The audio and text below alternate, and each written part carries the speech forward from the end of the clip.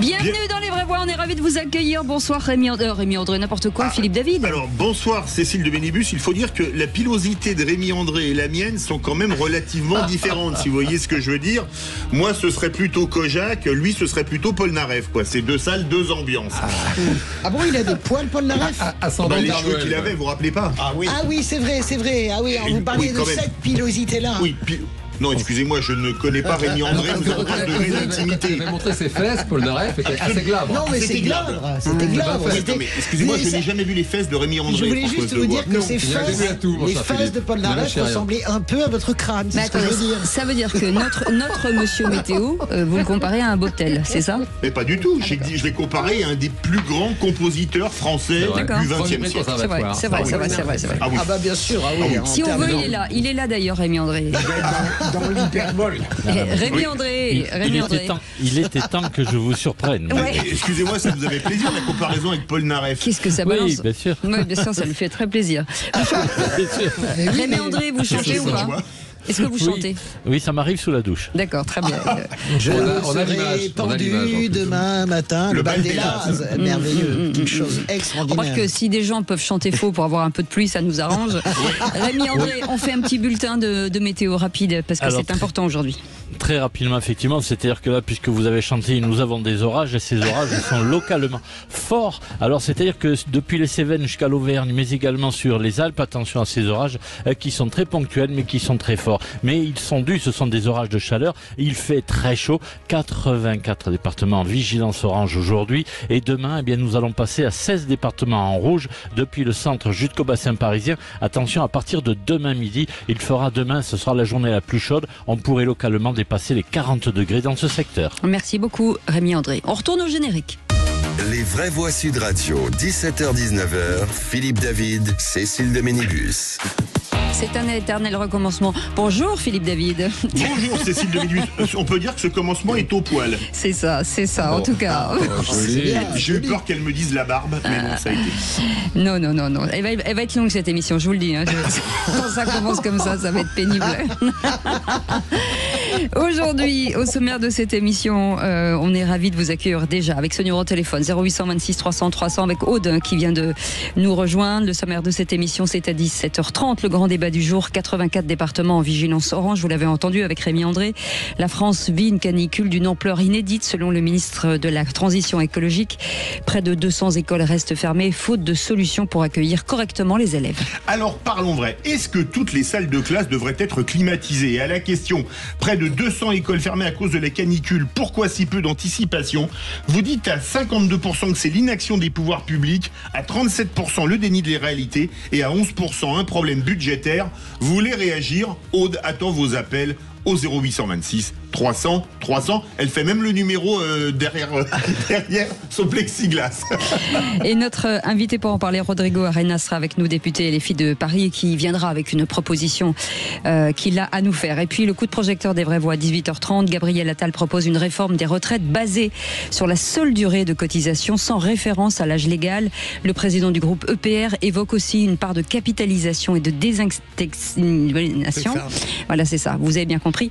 De certaines pensions. Alors parlons vrai. Est-ce que ce ne serait pas une mesure de bon sens de compter les années de cotisation? Et à cette question, faut-il remplacer l'âge de départ à la retraite par la durée de cotisation comme le demande Gabriel Attal? Eh bien vous dites oui à 65%, c'est quasi la majorité des 2/3. Vous voulez réagir? Le 0826 300 300. Et pour nous en parler, Paul Midi sera avec nous, député EPR de l'Essonne. On vous souhaite la bienvenue, les Vraies Voix du lundi jusqu'à 19h. Les Vraies Voix Sud Radio. Et bien sûr, Philippe, et je l'ai quand même appelé Philippe Valise ce week-end, enfin oui. c'était ce vendredi. Philippe Bilger est avec nous, bonsoir Philippe. Bonsoir mes amis. Bonsoir Françoise Degois, Bonsoir, merci mes d'être chers là. amis. Et bonsoir Jean Dorido, docteur en psychologie, spécialiste de l'aide au sevrage tabagique, mais pas que, comme je dis à chaque fois. Merci, Voilà. Vous avez bonsoir remarqué, les amis. je n'oublie jamais. Mais ne changez rien, Voilà, Cécile, vous êtes au c'est top ça. comme toujours. Romina de Vic en Bigorre est avec nous. Bonjour Romina. Bonjour Romina. Bonjour. Je voulais savoir quand même si si vous reveniez tous d'Ibiza, parce que vous êtes tout en blanc. Mais ouais. C'est vrai. Ah, mais c'est vrai, oui. Et on n'a pas fait exprès. On arrive de Lourdes, Romina. On était en pèlerinage. J'essaie de sauver quelques âmes. J'essaie de sauver quelques âmes de par chez nous, là. Vous voyez ce que je veux dire ? On a fait une soirée en blanc et on vient seulement de se réveiller. Oui. C'est pour ça. Tout à l'heure, c'était le bal des lazes. Là, c'était le bal des nazes. Non, c'est pour la chaleur, hein, vous savez. Romina, quel temps fait-il chez vous ? C'est très chaud. Ouais, il fait très chaud. On a 38 degrés. Et puis, on a de soleil, mais c'est vrai que la chaleur, là, elle est intense. Ouais. Et votre sujet du jour, c'est presque un cri du cœur, Romina. Oui, voilà, moi je suis infirmière libérale, j'exerce mon métier avec une grande passion. C'est vrai qu'on est grandement dévoués, nous les infirmières, hein, mais on doit toujours en faire plus pour toujours moins, parce que finalement on doit assurer davantage de missions, à savoir prescrire les vaccins, faire les certificats de décès maintenant, on doit faire les bilans de prévention. Maintenant, la loi est passée au Sénat, on va prescrire tout un panel thérapeutique. En fait, on pallie à la désertification médicale. Alors on est d'accord, on est sur tous les fronts, pendant la période Covid on l'a vu, mais on est quand même la seule profession à qui maintenant, à partir du 1er juillet, on va quand même diminuer par 2 le forfait des perfusions. Et on n'a pas eu de revalorisation de nos actes depuis 2009. Alors, je me demande si vraiment il y a une consoeur qui disait, pour être infirmière, faut être folle ou sainte. Effectivement, on est peut-être les deux, quoi. Hein. Voilà. Avec et un manque de reconnaissance, hein, on a oublié de le dire aussi. À la fois, en effet, sur le plan financier, c'est un problème, mais moi, je verrais cette charge qu'on donne aux infirmières, c'est tout de même un hommage qu'on leur rend. Ouais. Je vais dire, elles sont formidables, on les soutient, on les célèbre à Sud Radio, elles sont formidables. Oui, moi aussi. Les grandes oubliées du Ségur de la santé aussi. Non, je suis tout à fait d'accord pour vous trouver formidable. On a tous des témoignages d'infirmières. Le sacerdoce, parce que ça devient un sacerdoce maintenant.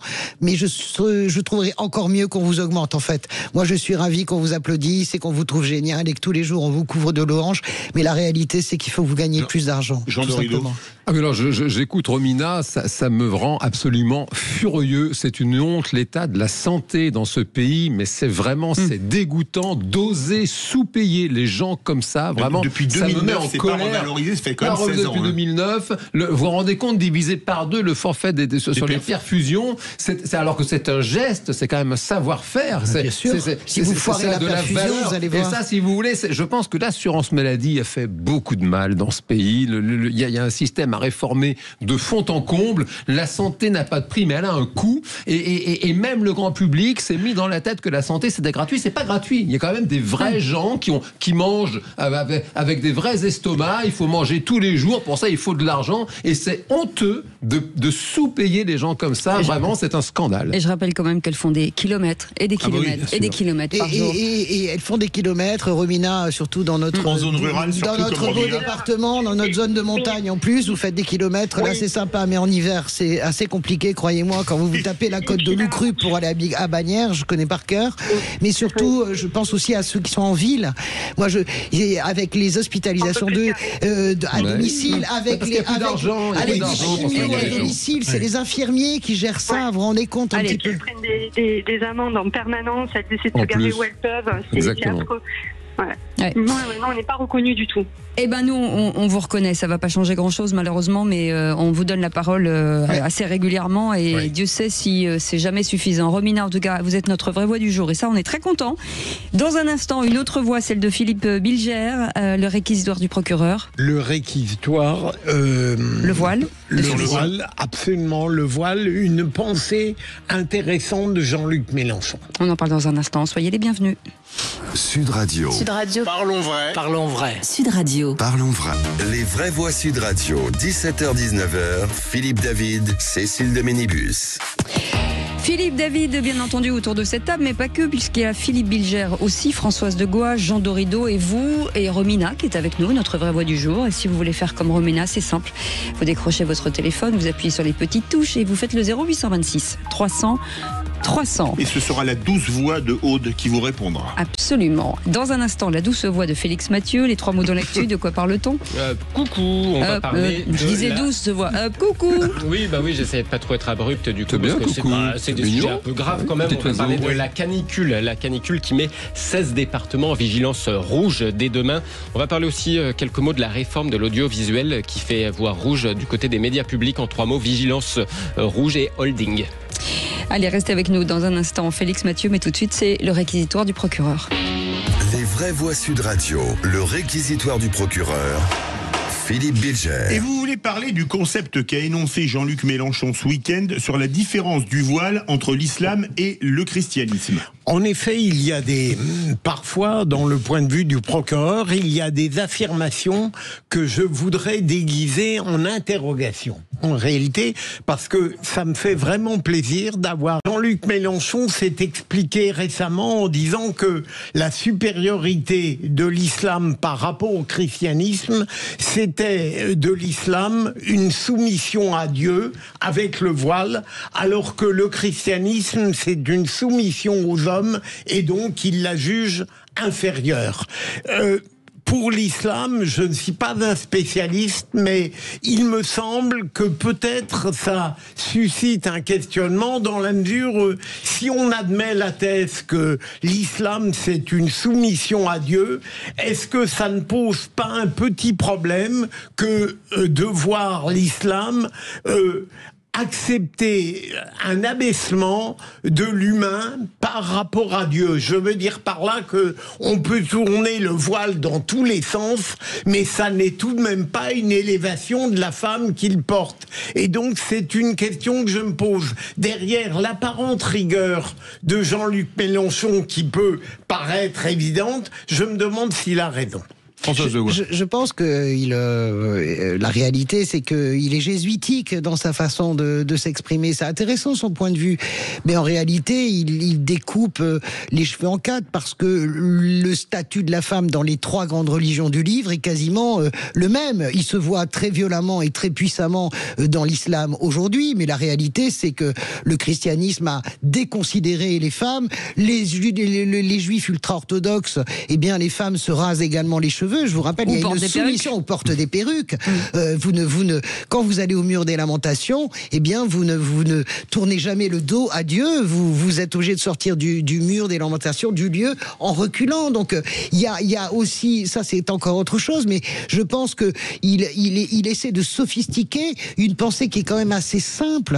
C'est-à-dire que dans le monothéisme, à partir du moment où vous vous remettez à Dieu, il y a une forme de soumission des hommes, mais également des femmes. Donc j'entends ce que dit Jean-Luc Mélenchon. C'est toujours intéressant d'écouter ce que dit Jean-Luc Mélenchon parce que, ok, c'est un diable de la République, mais c'est aussi quelqu'un de terriblement intelligent. Mais là, je trouve qu'il cherche une sophistication pour chercher une justification à son changement de pied sur le voile.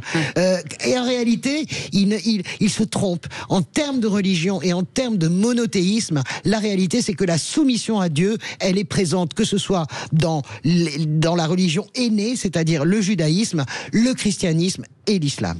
Jean Dorido. Alors, pour commencer d'abord, je rappelle que je respecte profondément les agenouillés et je méprise assez facilement les agenouillants, toute obédience confondue. Sur les propos de Jean-Luc Mélenchon, je trouve que comparer les religions les unes aux autres et aller jusqu'à parler de religions qui seraient supérieures à d'autres, c'est un terrain extrêmement glissant qui me semble assez dangereux dans les temps troublés que nous traversons. Et si vous voulez, si on rentre quand même dans ce questionnement dangereux et glissant, c'est quand même une évidence que le christianisme met la femme à l'honneur. Jésus ressuscité apparaît d'abord à Marie-Madeleine. Les hommes ne s'en sont d'ailleurs jamais remis, ils ne l'ont jamais pardonné. La figure de la Vierge Marie est une figure féminine majeure dans le christianisme. Et pardon de le rappeler, les chrétiens ont des saints et des saintes, c'est-à-dire des personnes qui atteignent vraiment la plus haute marche, si j'ose dire, du du niveau spirituel, ça c'est complètement absent de l'islam. C'est pas vrai, vous avez si on parle de la place de l'islam, de la femme dans l'islam, à quand des femmes imams, à quand des femmes, il y a des femmes rabbins, il n'y a pas de femmes évêques. Et puis le dernier point quand même, c'est cette fameuse question du voile, qui est quelque chose dont on ne sort pas. Ça commence à Creil en 89. Même Dominique de Villepin l'autre jour se croit obligé de dire qu'il n'est pas couturier, qu'il n'a pas à se prononcer sur ce morceau de tissu dont la France, dont la République de France ne réussit pas à sortir. Allez, merci beaucoup. Tout de suite, les 3 mots dans l'actus avec Félix Mathieu. Les vraies voix Sud Radio. 3 mots dans l'actu, Félix, qui sont vigilance, rouge et holding. Jusqu'à 40 degrés par endroit, la canicule se répand sur l'Hexagone. 16 départements en vigilance rouge demain, 84 en orange aujourd'hui. Du jamais vu, indique la ministre de la Transition écologique. Des écoles fermées, une centrale nucléaire à l'arrêt. Ces chaleurs extrêmes entraînent leur cortège de mesures de précaution. L'État va lancer un plan de communication sur les bons gestes à adopter. À suivre aussi, Rachida Dati défend la réforme de l'audiovisuel public à l'Assemblée. Cette holding France Média pour chapeauter les télés, les radios publiques et l'INA. La ministre de la Culture dénonce au passage les attaques sur sa personne. Les vraies voix Sud Radio. Quasiment 9 Français sur 10, 88% des habitants de l'Hexagone sont concernés par la vigilance orange canicule. 84 départements. Le précédent record, c'était 80 départements en 2019. 16 d'entre eux vont même basculer en rouge demain midi. Toute l'Île-de-France, le Cher, le Loiret, l'Indre, le Loir-et-Cher, l'Indre-et-Loire, l'Aube, Lyon et la Vienne. Cette canicule, c'est du jamais vu en termes d'ampleur géographique, selon la ministre de la Transition écologique, Agnès Pannier-Runacher, qui était l'invitée politique du Grand Matin Sud Radio. Ça fait 12 jours que nous agissons parce que nous avons des plans qui sont prêts. J'ai présenté en mars le plan national d'adaptation au changement climatique et dans ce plan, il y a un certain nombre de mesures pour préparer justement ces types d'épisodes, certes qui sont inédits aujourd'hui, mais qui vont se répéter dans les années qui viennent. C'est-à-dire, on ne pourra pas dire qu'on ne savait pas. Et c'est pour ça que nous nous préparons. C'est plusieurs milliers de morts, chaque vague de chaleur. Donc, par rapport à des oppositions qui nient le dérèglement climatique et qui surtout nous disent « mettez le pied sur le frein de l'écologie », nous agissons parce que moi, je veux pas qu'on prenne le mur climatique et c'est ce qu'on ferait si on n'agissait pas. Agnès Pannier-Runacher, ministre de la Transition écologique, au micro de Jean-Jacques Bourdin dans le Grand Matin Sud Radio. On va revenir évidemment sur les fermetures de 200 écoles dans un instant. Ça sera le grand débat des vraies voix. Concrètement, tout l'Hexagone devrait être au-dessus des 34 degrés aujourd'hui, sauf le bord de la Manche et les frontières belges. Dans le Tarn-et-Garonne, la centrale nucléaire de Golfech a été mise à l'arrêt hier soir. Mesure de précaution vu le réchauffement de l'eau de la Garonne qui refroidit son réacteur. Tout à l'heure, le ministre de la Santé, Yannick Neuder, a annoncé un plan de communication sur les bonnes attitudes à adopter par temps caniculaire. Tout à l'heure sera diffusé, vont être diffusés une fois que les plans rouges seront annoncés par Météo France, les zones caniculaires rouges, des plans de communication sur radio, télé et puis les réseaux sociaux pour davantage encore informer. C'est un niveau de vigilance, mais ça ne conditionne pas l'organisation des services sanitaires. Le ministre de la Santé, Yannick Neuder, au micro de l'agence France Presse. On va parler de cette canicule dans quelques instants. En bref, la France regrette vivement la lourde condamnation du journaliste français Christophe Glaise en Algérie. Le journaliste spécialiste du football a reçu une peine de 7 ans de prison en Algérie. Du terrorisme, les autorités lui reprochent d'avoir été en contact pour une interview avec un dirigeant de club qui dirige aussi le mouvement pour l'autodétermination de la Kabylie, un mouvement classé comme terroriste par Alger. Philippe Bilger, la riposte graduée, c'est pas très efficace. Non, mais en dehors de ça, c'est une honte, mais il faudrait économiser son indignation parce que il doit être supérieur à la précédente. Et c'est surtout demain qu'on connaîtra le destin, on va dire ça comme de Boualem Sansal. Absolument. Françoise Doua, 7 ans de prison pour avoir interviewé un dirigeant de... Et en plus de ça, quand vous connaissez la Kabylie, moi j'ai eu la chance d'y aller en reportage, la JSK, bien sûr, le grand club de Kabylie, le club de Tizi Ouzou, qui a gagné une fois, je crois, et qui a gagné une fois, qui est véritablement ce lieu où les gens se retrouvent, qui est aussi devenu un lieu de résistance. Donc moi je comprends très bien, si vous voulez, le lien que font les autorités algériennes avec le sport, avec le foot, avec la JSK, qui est un foyer de résistance. Mais c'est délirant en réalité. C'est dingue, le pouvoir algérien, vous savez, ils mettent sous la coupe la Kabylie qui a toujours résisté depuis la nuit des temps, aux invasions arabes notamment, mais en même temps, chaque dirigeant, vous allez le voir, du pouvoir algérien se revendique d'un grand-père kabyle ou d'un oncle kabyle ou d'un ancêtre kabyle, parce que c'est... Vous voyez ce que je veux dire? Il y a aussi... Donc ça m'insupporte. Pardon. 7 ans de prison, c'est cher payé. C'est-à-dire que ça rappelle à quel point le football, c'est aussi un instrument politique. Et bien évidemment, le pouvoir algérien, on le connaît, on voit justement Boualem Sansal, enfin on voit bien sûr comment ce régime traite ses opposants et installe petit à petit un régime de terreur, en fait. Une simple interview vous jette en prison, quoi. On en vient maintenant à cette réforme de l'audiovisuel public. Oui, Rachida Dati passait sur le grill de l'Assemblée nationale à ce sujet cet après-midi. Réforme contestée au sein des antennes, notamment des radios publiques touchées par une grève depuis plusieurs jours. Au cœur du projet contesté, une holding France Média pour chapeauter Radio France, France Télévisions et l'INA, avec donc un PDG commun. Une fusion qui ne dirait pas son nom, voire un retour de l'ORTF, craignent les équipes, avec aussi la crainte de voir un peu la radio devenir l'appendice audio des chaînes de télévision. Face à ces appréhensions, Rachida Dati assure cet après-midi vouloir renforcer les médias publics français. Face au bouleversement du monde, avoir un audiovisuel public très fort, c'est aussi un enjeu de souveraineté, c'est aussi un enjeu de culture et de démocratie. Alors, mesdames et messieurs, sur ce texte, beaucoup a été dit. Beaucoup a aussi été caricaturé. D'ailleurs, comme les violences et les violentes attaques contre ma personne. Cette réforme n'est pas la réforme de Rachida Dati. C'est la réforme dans l'intérêt, évidemment, de l'ensemble des Français, d'avoir cet audiovisuel public fort auquel ils sont très attachés. La ministre de la Culture, Rachida Dati, cet après-midi à l'Assemblée nationale. Rachida Dati a subi des attaques, mais il faut aussi qu'elle accepte le fait qu'elle est une personnalité politique, qu'elle fait l'objet d'enquêtes, et pour le reste, mon Dieu, on verra bien. Hein. Françoise? Oui, elle était l'invitée rapidement de Jean-Jacques Bourdin jeudi dernier. Elle a dit une phrase qui m'a beaucoup touché. Elle a dit: j'en ai marre qu'on me traite comme une serpillière. Je ne veux pas être traité comme une serpillière. Elle parlait de Patrick Cohen. Oui, mais globalement, écoutez, c'est une femme politique. Elle subit des attaques, c'est normal. Jean Dorido. De côté, je trouve qu'elle mouille le maillot. Effectivement, c'est pas sa réforme. C'est quelque chose qui est quand même dans le projet macronien depuis toujours. Et elle fait le boulot. Et ma foi, elle fait ce qu'elle peut. Et c'est un travail, me semble-t-il, extrêmement difficile. Merci beaucoup, Félix Mathieu. Vous restez avec nous dans un instant. On va revenir sur cette canicule inédite. 84 départements en vigilance orange, près de 200 écoles fermées, toutes faute de conditions d'accueil suffisantes. Alors, parlons vrai. Est-ce que toutes les salles de classe ne devraient pas être climatisées? À la question, près de 200 écoles fermées à cause de la canicule, pourquoi si peu d'anticipation? Vous dites à 52% que c'est l'inaction des pouvoirs publics, à 37% un déni de réalité et à 11% des problèmes budgétaires. Vous êtes enseignant, vous êtes parent d'élèves, vous travaillez pas aujourd'hui parce qu'il fait trop chaud. Venez nous donner votre avis au 0826 300 300. Et Rodrigo Arenas est avec nous, député LFI de Paris. Bonsoir. Bonsoir. Merci d'avoir accepté notre invitation, monsieur le député. Est-ce que finalement le congé parental climatique n'est pas une inégalité de plus ? Alors c'est le contraire qui se pose aujourd'hui. Par exemple, les témoignages de parents que j'ai reçus aujourd'hui sur ma boîte mail, qui indiquent, pour une d'entre elles d'ailleurs, qu'elle a emmené son gamin au bureau parce qu'en fait l'école était fermée, et celle qui m'a dit qu'elle ne le pouvait pas parce que son employeur le refusait. Donc il y a bien un sujet d'inégalité de traitement justement pour les parents qui n'ont pas d'autre choix que de s'occuper des enfants quand la puissance publique ne met pas les conditions pour le faire. On en parle dans un instant. Soyez les bienvenus. Ce numéro de téléphone, Philippe vous l'a dit, 0826 300 300. On est ensemble jusqu'à 19h. Minibus.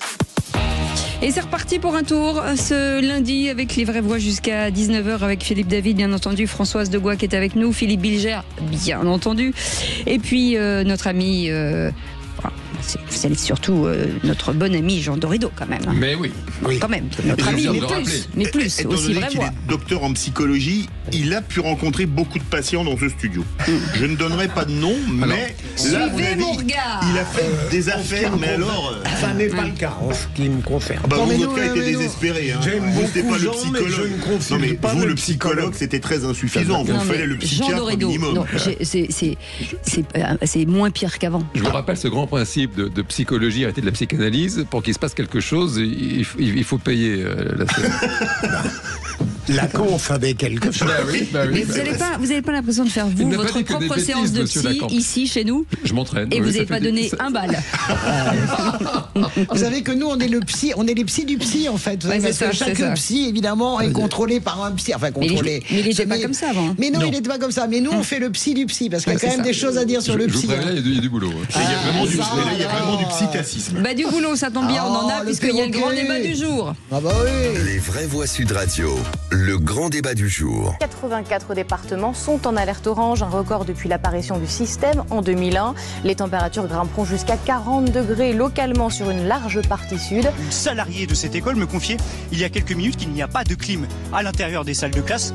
Elles ne sont pas adaptées pour ces fortes chaleurs. Il y a 200 écoles publiques qui feront l'objet d'une fermeture partielle ou totale lundi, mardi ou mercredi sur 45 000 écoles. C'est pourquoi ils ont fermé l'école ? Voilà. Il fait chaud. Près de 200 écoles, vous l'avez entendu, fermées à cause de la canicule. Pourquoi si peu d'anticipation? Problème budgétaire, inaction des pouvoirs publics. En tout cas, c'est la question que l'on se pose, Philippe. Alors parlons vrai, est-ce qu'on n'a rien retenu des précédentes canicules, qui en pensent à 2003 et pour les plus anciens d'entre nous à 1976? Et à cette question, près de 200 écoles fermées à cause de la canicule. Vous dites à 53% que c'est dû à l'inaction des pouvoirs publics, à 34% à un déni de réalité et à 13% à des problèmes budgétaires. Vous voulez réagir à 5 centimes TTC l'appel, ce n'est pas un problème budgétaire, c'est le 0826 300 300.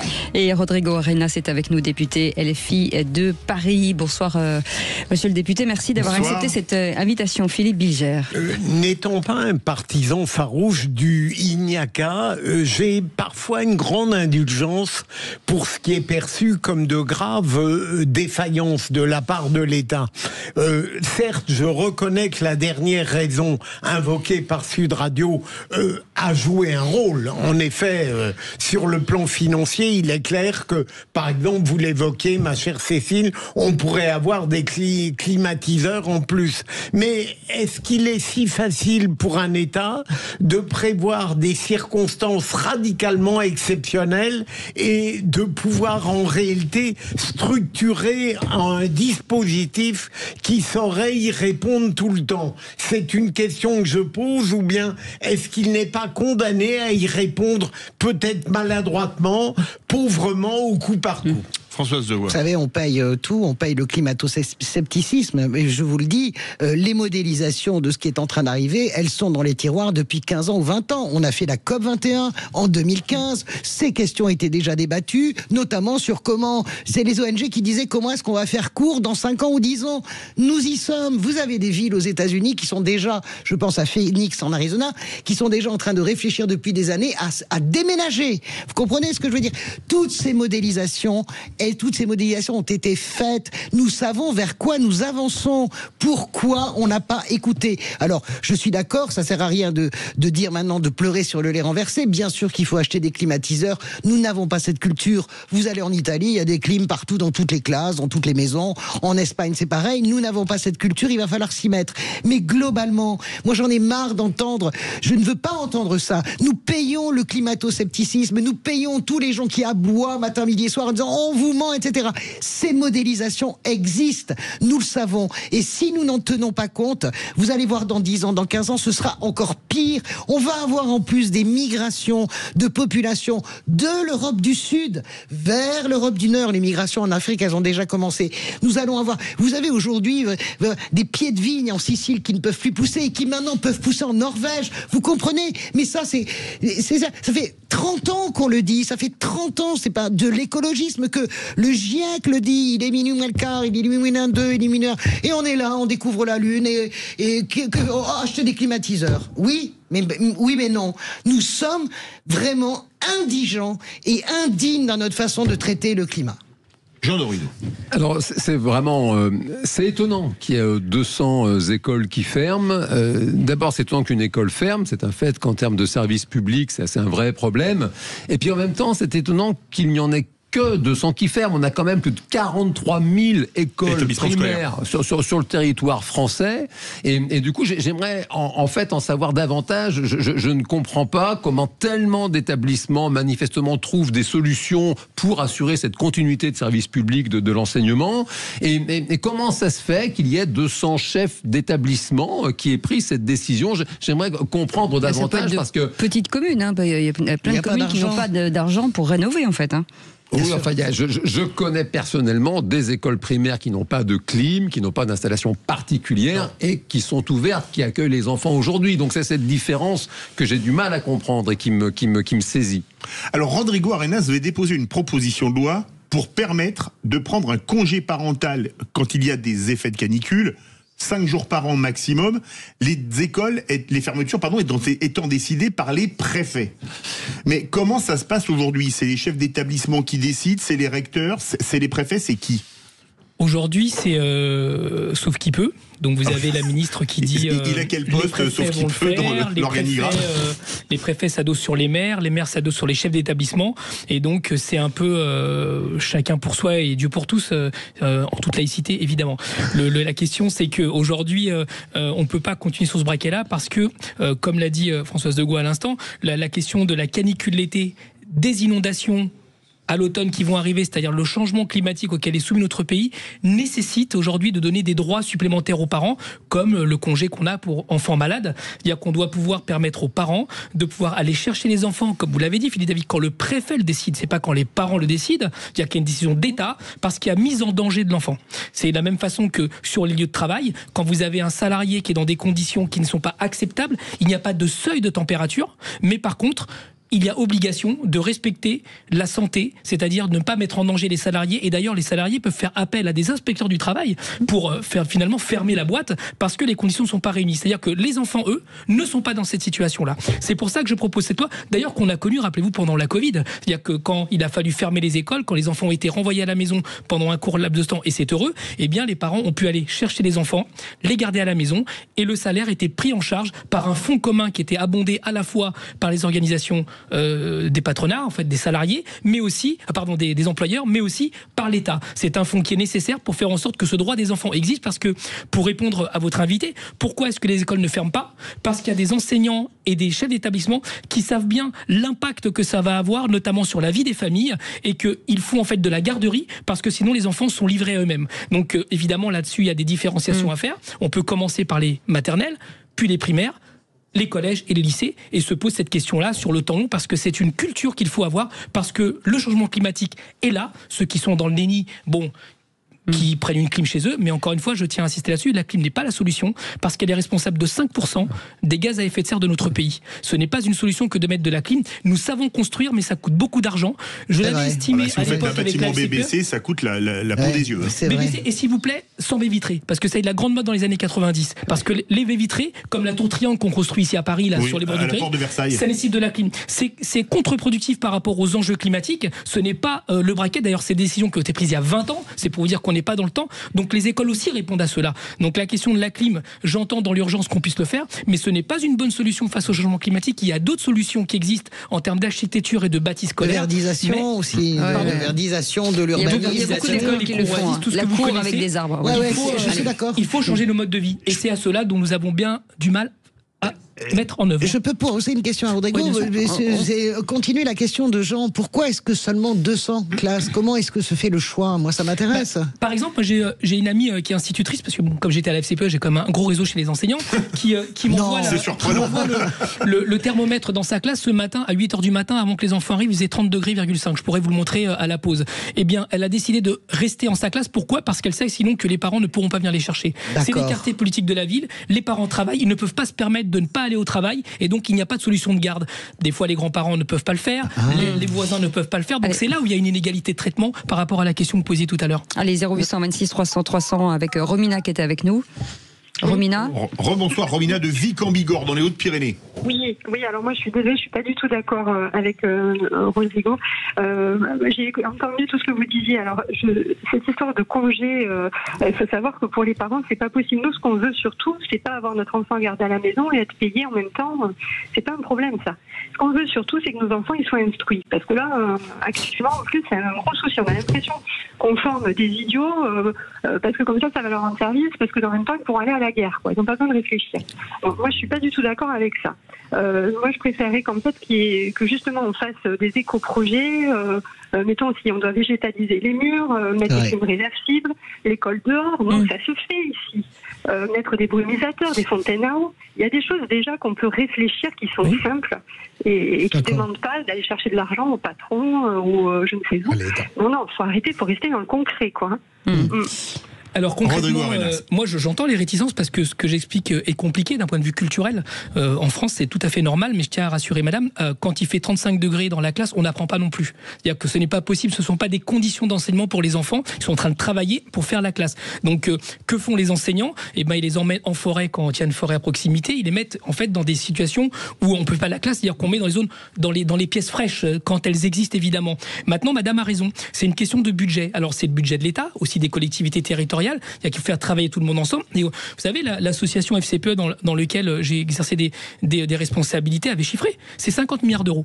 Sauf que l'État aujourd'hui doit gagner 40 milliards d'euros. Donc comment on va faire ? C'est un peu compliqué. Oui, mais est-ce que c'est vraiment aux entreprises de supporter ça encore ? C'est ça le problème ? Alors c'est pas seulement aux entreprises, c'est aussi une part de l'État. C'est pour ça que j'ai. Oui, mais c'est aussi les entreprises. Oui, bien sûr, c'est aussi aux entreprises parce que de toute façon, quand vous avez les salariés qui doivent garder les enfants, soit elles posent des jours congés enfants malades, parce que ça sera ça, soit en fait elles iront pas bosser et elles se mettent en danger par rapport à leur propre emploi. Et les personnes qui sont les plus précarisées sont pas celles qui sont en télétravail, ce sont celles qui n'ont pas d'autre choix que d'aller travailler, et parce que pour elles, un euro est un euro et ça compte pour payer le loyer. Donc c'est là où vous créez une inégalité de traitement, c'est une responsabilité de responsabilité collective, comme la sécurité sociale, comme tout ce qui fait la protection sociale de notre pays, dont bénéficient tout le monde, les riches comme les pauvres. Allez, Gabin est avec nous d'Albi. Bonsoir Gabin. Bonsoir Gabin. Oh, quel joli prénom, Gabin. C'est beau. Très beau. Merci de me recevoir. On vous écoute. En fait, j'ai appelé pour réagir en entendant votre émission au début. Parce que c'est vrai que on entend aujourd'hui qu'on ferme donc 280 classes, si j'entends bien. Oui. Après, est-ce que c'est un déni ? Moi, je suis d'accord sur le fait que ce soit un déni de climatique, effectivement, parce qu'on sait très bien qu'on tend à un réchauffement. Après, par contre, je suis contre l'installation de contre. Je trouve qu'installer des climatisations, ça serait mettre un pansement sur une fracture. Commençons par utiliser de l'argent pour isoler un peu mieux nos bâtiments publics. Parce que, après, c'est une alternative, gamin.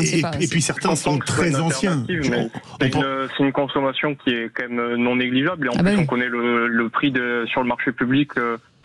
Les prix qui sont pratiqués sur le marché public, ça va revenir très cher à l'État. Et ensuite, écologiquement, c'est pas bon non plus. Et en fait, on fera juste fonctionner des climatisations dans des passoires thermiques. Restez avec nous, Gabin. Merci pour votre appel, Philippe Bilger. En fait, si je comprends bien, Rodrigo, votre solution, ce serait de laisser la main au préfet. C'est bien cela. Bien sûr, c'est l'autorité de l'État. Et vous, l'école est obligatoire en France, donc c'est l'État qui décide. Et vous trouvez que cette intervention de l'État comme ça, face à des défis, à des problèmes, il est impossible de prévoir quelque chose qui laisserait la main aux particuliers pour affronter ces difficultés qui sont tout de même extraordinaires au sens propre. Est-ce qu'il faut absolument prévoir l'intervention de l'État pour ça ? Moi, je pense que oui, parce qu'il y a une question d'état de droit qui se pose et d'égalité de traitement des citoyens et des citoyennes. Donc évidemment les préfets ne sont pas dans l'arbitraire, ils sont éclairés encore une fois par les maires, par les experts, par toutes celles et ceux qui font en sorte que l'enfant ne soit pas en danger, parce que c'est de ça dont il s'agit. Mais vous aurez la même chose sur les inondations. Par exemple, nous avons connu des inondations dans le Pas-de-Calais, dans le Nord, dans le Sud. C'est le préfet qui déclare par exemple la question de risque climatique. Et d'ailleurs pour la question d'inondation, ça ouvre aussi à des droits pour les assurances. Donc il y a tout un système de légistique, de loi qui se met en place place. Et ça ne peut être que sous l'autorité de l'État. Parce que sinon, on pourrait avoir l'effet contraire. C'est-à-dire qu'une école décide qu'à 33 degrés, elle ferme, celle d'à côté ne ferme pas, et là, comment on fait? Donc ça commence à devenir un peu compliqué. On n'est pas dans un pays clientéliste, on n'est pas dans un pays où chacun décide ce qu'est l'intérêt général. L'intérêt général est défini philosophiquement, évidemment, mais d'un point de vue de l'application du droit, ça relève des autorités de l'État, absolument. Jean Dorido. Oui, non, sur ce sujet, évidemment que c'est l'intérêt supérieur de l'enfant qui prime toujours. Oui. Il est hors de question de mettre la santé des enfants en danger. Pour autant, encore une fois, c'est vrai que ce nombre quand même qui est très très restreint par rapport à l'ensemble des écoles, ce serait quand même nécessaire de comprendre, pour prendre un mot de beau français, faire du benchmarking. Il y a quand même dans le monde des pays dans lesquels il fait très chaud et qui ne sont pas peuplés par des ignares. Les enfants vont à l'école et c'est pas forcément des pays riches qui ont de la clim de partout. On a quand même des pays pauvres où il fait très chaud, où les enfants quand même vont en classe, et ce serait quand même intéressant de comprendre comment ils s'y prennent, parce que ça n'est pas bien sûr admissible de mettre les enfants en danger, et pour autant, je veux dire, il y a quand même des préfets qui ouvrent le parapluie, ça c'est mon sentiment, après il faudrait creuser, préfet qui ouvre le parapluie, je vais fermer telle et telle école, comme ça je suis sûr de ne pas avoir de problème, et effectivement, c'est les parents qui trinquent, c'est pas satisfaisant. Les enfants surtout. Il reste 40 secondes, des amis. Juste pour dire que les pays où il fait très chaud, par exemple, les vacances scolaires sont avancées. Par exemple, en Italie, l'école s'arrête le tout début juin et elle recommence en septembre. C'est-à-dire que vous avez 3 mois quasiment de vacances. En Espagne aussi.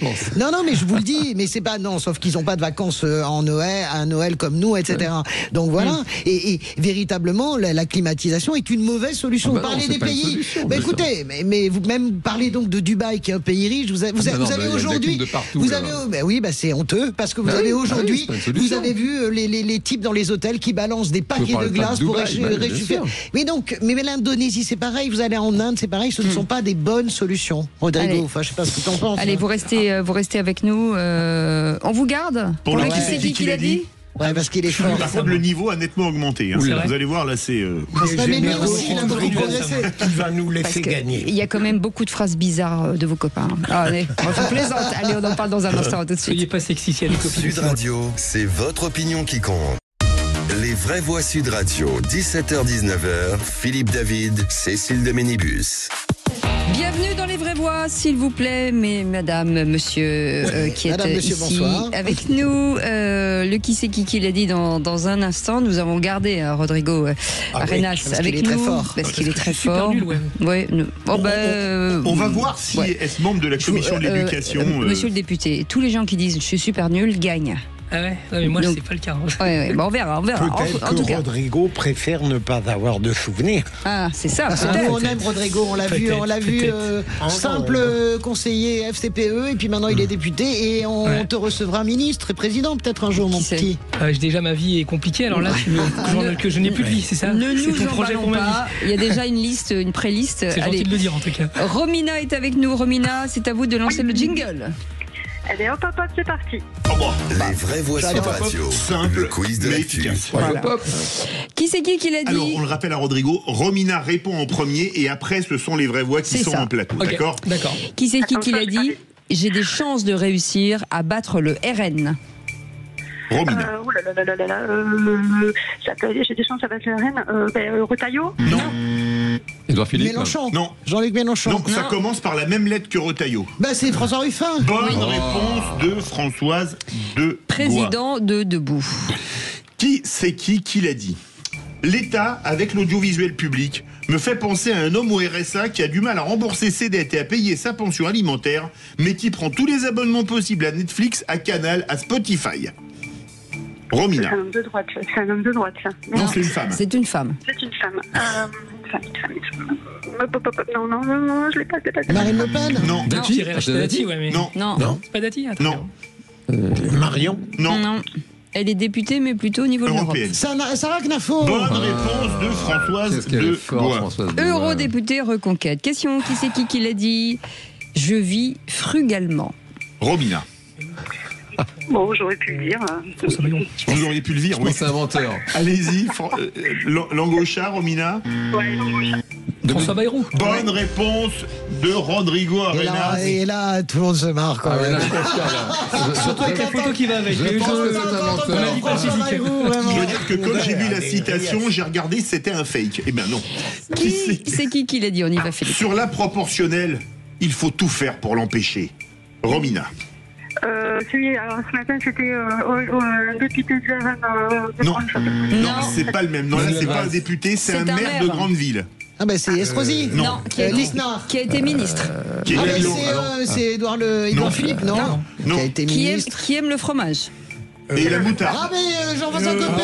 Bonne réponse de Françoise Degaut, le brie de mots et la moutarde de mots, bien évidemment. Comment on trouve les trucs? La moutarde qui te montonnait tout à coup là. Voilà. C'est ça. C'est qui l'a dit, Romina, sur l'interdiction de fumer à la plage ou dans les parcs? Il faut être soucieux de la liberté de chacun. Néanmoins, sur les plages, c'est une bonne décision. Romina. Ça c'est plutôt de gauche. François Hollande? Non, c'est une femme. Non, c'est une femme. Qui est ministre.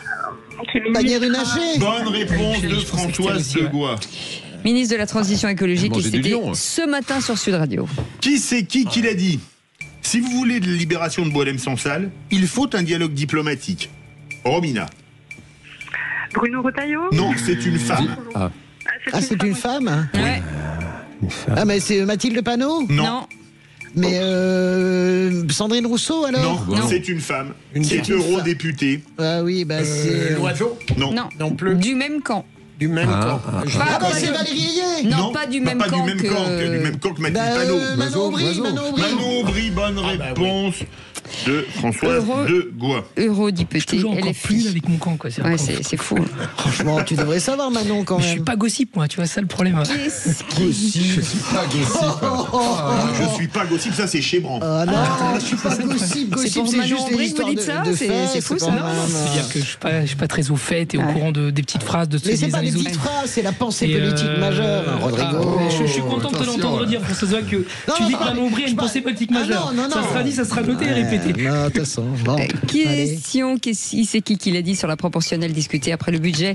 La ficelle est un peu grosse, ce n'est pas la priorité, la proportionnelle, il la faut, mais s'il voulait la faire, il pourrait la faire tout de suite. Romina. Jordan Bardella? Non. Non. Tanguy. Bonne réponse. Là, vous les faites tous. Sûr que c'est pas Jean-Philippe compliqué. Tanguy, député RN. Qui c'est qui l'a dit? Le gouvernement de François Bayrou, ce n'est pas le gouvernement de l'immobilisme. Romina. Quelqu'un qui y croit, qui est très positif. Quelqu'un qui est ministre. Qui connaît pas bien François Bayrou, alors. Non, je vous donne un indice. Place Vendôme. Marc Fesneau. Place Vendôme, c'est... Darmanin. Bonne réponse de Philippe Bilger, le garde des Ministère de la Justice. Heureusement que vous m'avez rectifié, ma chère Cécile. J'étais parti sur Mignola. Non, contrôle antidopage pour moi ou pas? Écoutez, Françoise Degaut, 18 points. Philippe Bilger, 3 points. Rodrigo Arenas, 3 points. Pas mal. Le psy était en consultation et on dira que l'infirmière était aussi en consultation puisqu'ils sont, comme on dit, 0-0 égale la tête à Ils Toto. étaient en consultation ensemble, au même endroit. Romina. Oui. Romina, vous avez une excuse ou pas du tout? Oui, j'ai tellement chaud que mon cerveau a fondu. Bien sûr. Excellent. Vous voyez qu'il faut un congé canicule. C'est J'ai raison, ça, même c'est pour ça. vos auditeurs. J'espère simplement que les aiguilles de vos seringues vont pas fondre pour les patients parce que ça m'inquiète. Non, soyez tranquille. Merci Romina d'avoir joué avec nous et vous savez que ce qu'on dit, qui perd gagne. Et on peut lui dire au revoir en béarnais, en bigourdin, en bigourdin. Allez, Adichat, t'es pas Adichat, il faut taper plat. Oui, Adichat. Ouais, je crois qu'elle comprend pas votre langue. En fait. Et portez-toi bien. Ou il y a un problème d'accent, ou je sais pas. Un problème de langue. Romina, merci beaucoup. En tout cas, on vous embrasse. Dans un instant, le journal, la météo de Rémi André, importante en ce moment, bien entendu, encore plus que d'habitude, et le coup de gueule de Philippe David. Il y avait une chanson de Nicolas Perrac qui s'appelle Le vin me saoule. Là, il y a une politique viticole qui me saoule. Si vous venez nous rejoindre, merci d'être avec nous. On est ravis de vous accueillir tous les jours de 17h à 19h dans Les Vraies Voix. Avec nos Vraies Voix du jour, Philippe Bilger est avec nous et qui va déposer son portable. Oui. Avec Françoise Degaut qui est avec nous et Jean Dorido, docteur en psychologie, spécialiste de l'aide au sevrage tabagique. Et vous, au 0826 300 300. Et vous laissez des messages sur notre répondeur et on les écoute. Bonjour Sud Radio, Guy, Paris. je suis tout à fait d'accord avec vos interlocuteurs. Il faut continuer plutôt à accentuer sur le nucléaire parce que c'est de la sécurité. C'est du sûr. L'investissement dans les éoliennes et dans les panneaux solaires est très lourd compte tenu de la rentabilité. Et effectivement, ça va faire monter les factures d'électricité. Ce n'est pas là qu'il faut investir. Il faut permettre aux familles de gagner, d'avoir de l'argent pour pouvoir, elles, investir d'elles-mêmes. Merci pour votre écoute. Alors, vous avez écouté Philippe ou pas? Oui. La relance du nucléaire. C'est une très bonne idée. Il faut faire ça à fond. Ouais. Absolument. Ouais, même si Emmanuel Macron a eu une période où il ne le comprenait pas, il essaye de se rattraper depuis. Alors, la Cour des comptes dit tout à fait le contraire. Dans un dernier rapport, elle explique qu'évidemment, c'est un puits sans fond, le nucléaire. Moi, je pense qu'il faut aller vraiment vers le mix énergétique. Je pense que l'idée de dire plus de nucléaire ou plus d'éoliennes et des énergies renouvelables est complètement stupide. Il faut aller sur le 50-50. Et de toute façon, j'entends bien tous les arguments sur le nucléaire. Il n'y a que ça de vrai. Non, la vérité, c'est qu'il n'y a pas ça de vrai. Je vous invite à lire le rapport de la Cour des comptes. C'est aussi un puits sans fond. Quand vous voyez... Non, mais il y a de nouvelles énergies qui arrivent quand même. Bien sûr, les nouvelles énergies renouvelables, il faut les utiliser vraiment à fond, pas simplement les éoliennes, les panneaux solaires.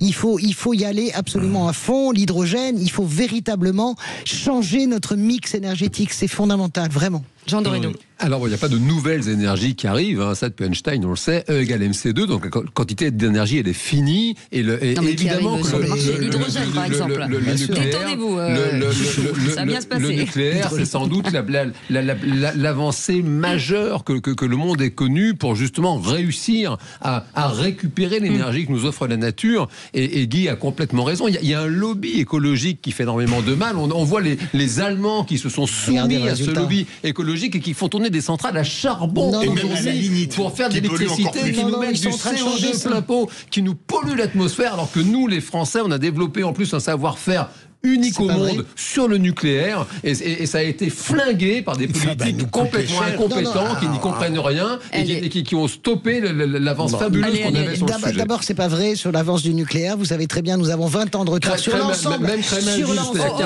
Nous avons 20 ans de retard sur l'ensemble des centrales, tout ça parce qu'on n'avait pas d'ouvriers qui étaient capables de faire, vous vous souvenez, les vis et les boulons, ce qui était complètement surréaliste. Parce qu'on a arrêté quelques projets comme Superphénix. Non, mais Superphénix, on l'a arrêté parce qu'elle était... Attends, excusez-moi, vous comprenez qu'on ne comprend pas ce que vous dites? D'accord. Oui, alors on a compris. Donc je voulais juste dire que regardez le lobby, à force de passer vos journées à parler du lobby écologiste. Moi, j'ai jamais voté écolo de ma vie. Hein. Je vous le dis tout de suite. Je suis une femme de gauche qui vote pas écolo. Donc je vous le dis tout de suite. Oui, bien sûr, ça c'est évident pour tout le monde. Je sais que ça vous pille. Mais là, vous le répétez tellement qu'on va finir par en douter. Ça devient suspect. Tout ça pour vous dire simplement que véritablement, regardez avec votre genre de discours où nous en sommes aujourd'hui. Voyez le truc. Franchement, ça m'accordait beaucoup d'importance. À force de dire, mais non, mais parce que c'est un discours qui est répété dans un psittacisme permanent. Et la réalité, c'est qu'on est devant le mur parce que évidemment les gens ne le croient pas. Et ben, écoutez, allons-y en klaxonnant. Je veux pas le rapport là. Si, bien sûr. Si. Non, mais vous avez 20 secondes de réponse. Non, je vois pas le rapport. D'abord, dire que c'est mon discours qui fait du mal, ça m'accordait vraiment une importance. C'est très aimable. Non, mais attendez, tout est de votre faute. Non, c'est pas ça, mais vous êtes des milliers à répéter toujours les mêmes choses. C'est christique en même temps, c'est sympa. Je veux bien payer l'addition, mais bon, quand même, j'y suis pour rien. Et non, Philippe David a raison.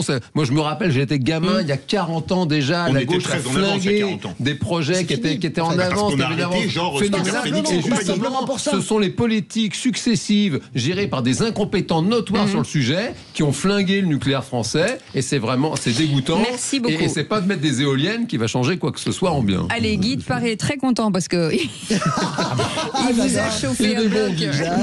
Il est bon ce Guy. Allez, vous restez avec nous. On fait une petite pause. Dans un instant, le coup de gueule de Philippe David parce que ça n'arrête pas de râler ici. Hein. C'est pas possible. Eh bien, écoutez, on va voyager. On va faire la France, la Belgique, l'Afrique du Sud. Vous voyez un peu. Allez, je vais chercher mon passeport. On revient dans un instant. À tout de suite. Les vraies voix Sud Radio, 17h-19h. Philippe David, Cécile de Ménibus. Ce qui est faux, c'est qu'on nous dit souvent ah bah oui, tout le monde pense la même chose. Bah, la preuve que non, hein, dans le débat il y a quelques instants, ici la parole est pour tous, tout le monde a le droit de débattre. Plus vous avez des questions et en tout cas des avis qui divergent, et plus c'est important pour le débat. En tout cas, autour de cette table, Philippe Bilger est avec nous, Françoise Degois et Jean Dorido. Dans quelques instants, l'info en plus de Félix Mathieu. En attendant, c'est l'heure de gloire de Philippe David. Les vraies voix Sud Radio. Comme d'habitude, je vais remettre le clocher au milieu du village, un village qui s'appelle Bruxelles, capitale, outre de la Belgique, des institutions européennes. Pourquoi Bruxelles ? Parce qu'on sait que ce qui se passe du côté de la Commission n'est pas toujours très reluisant, mais une aide accordée par l'Union européenne fait grincer des dents, et plus que ça, du ministère de l'Agriculture aux champs de vignes de nos viticulteurs. En effet, alors que les arrachages de vignes doivent atteindre 100 000 hectares en France, avec toutes les conséquences humaines, sociales et territoriales que cela implique, l'Union européenne a accordé une aide de 15 millions d'euros aux viticulteurs sud-africains. Mais attention, pas tous les viticulteurs sud-africains, puisque seront concernés uniquement les viticulteurs noirs, vous avez bien entendu, les femmes ou encore les jeunes. Et inutile de dire que cette aide passe mal dans une profession qui souffre énormément et qu'on comprend aisément pourquoi. Pourquoi en effet aider la viticulture sud-africaine après avoir dégoûté les gens de boire du vin, qu'il faut bien sûr boire raisonnablement, au point d'être obligé d'arracher des milliers d'hectares en France et en Europe vu la baisse de la consommation. Boire du vin français serait dangereux pour la santé, mais pas boire du vin sud-africain? Comment justifier que ces aides soient versées sur des critères raciaux? Serait-on revenu au temps de l'apartheid, sexuel ou d'âge? Imaginez si une subvention européenne avait été réservée aux viticulteurs blancs sud-africains. Ce sont les huguenots français qui ont apporté la vigne dans ce pays, dans un coin du sud-ouest du pays appelé Franschhoek, le coin des Français. Le scandale que cette subvention aurait à juste titre causé. Charité bien ordonnée commence par soi-même. Heureusement que la préférence nationale est hideuse, tandis que la préférence étrangère, racialiste, sexiste et agiste est-elle parfaitement tolérée comme le prouve cette subvention? Ne vous étonnez pas si d'ici peu, il y a du grabuge dans les régions viticoles. Vous avez posé, Philippe, avec indignation, un vrai problème presque moral. Est-il fondamental d'aider l'Afrique du Sud sur ce plan-là, en discriminant à partir de catégories très discutables? Oui. Vraiment, je ne vois pas où on va chercher l'humanisme qui serait à la source de ça.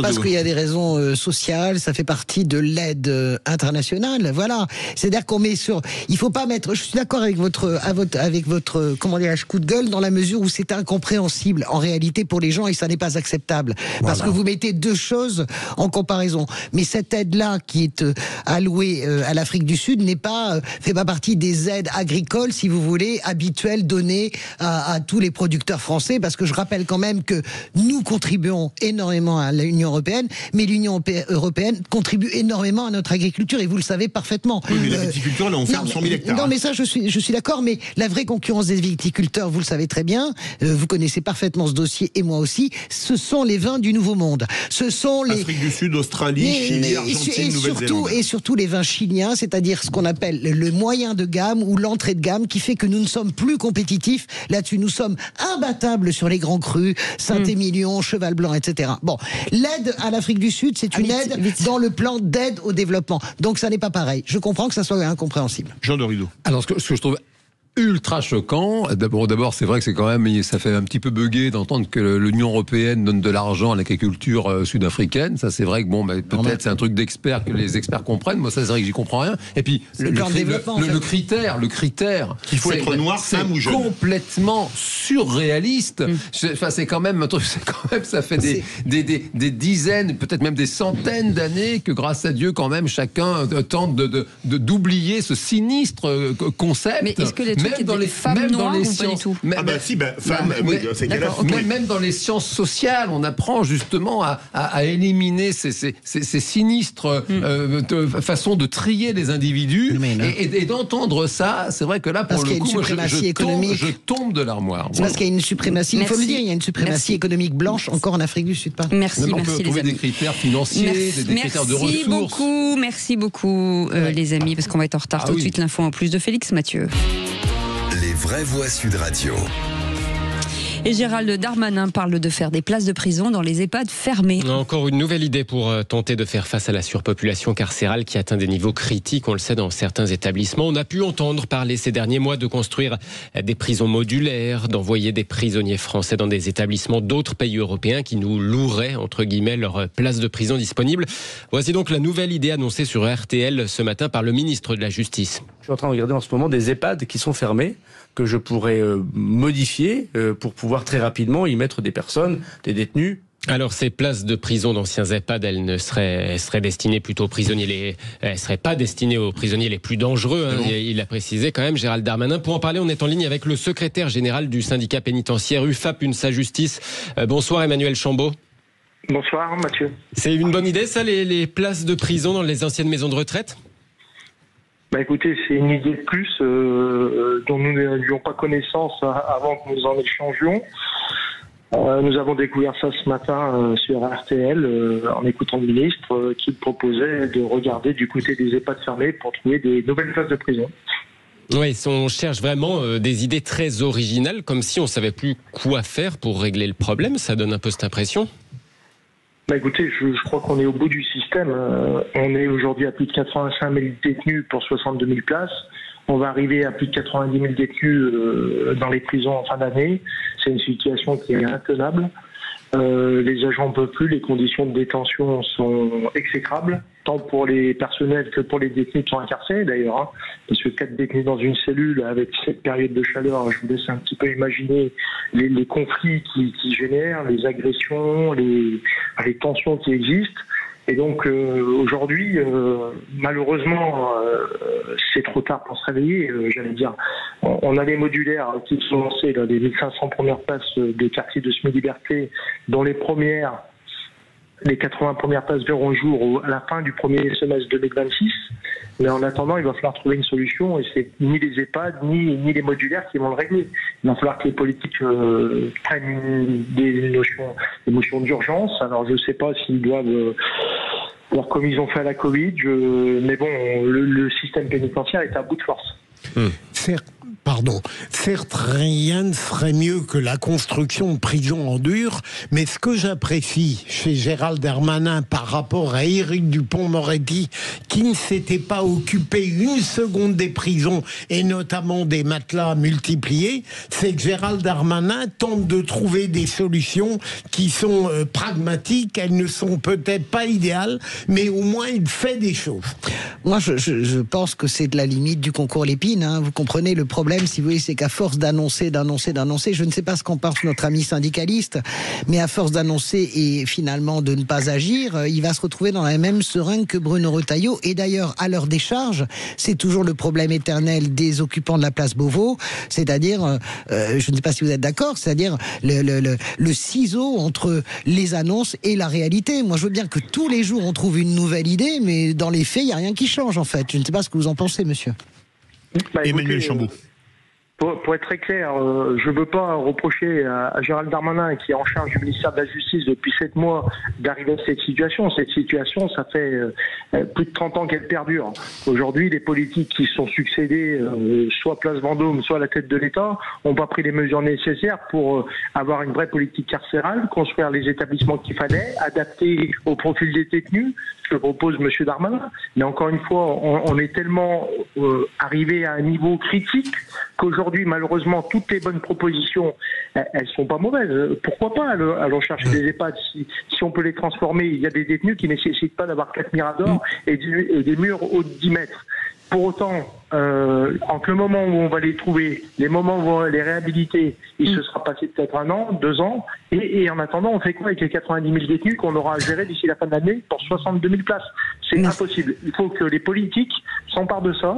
Ils ont les moyens, mais ça, c'est à eux de le faire, c'est pas à nous de le dire. Il y a peut-être des détenus qui sont en fin de peine, qui arrivent à 15 jours de leur peine, 3 semaines de leur fin de peine, peut-être que pour être libéré, je ne sais pas, mais il faut trouver une solution parce qu'on ne passera pas l'été comme ça. Merci beaucoup Emmanuel Chambaud, secrétaire général du syndicat pénitentiaire UFAP, UNSA Justice. Et puis un autre sujet rapidement, Félix Mathieu, on parlait tout à l'heure de la réforme de l'audiovisuel public. Elle a été rejetée d'emblée tout à l'heure à l'Assemblée nationale.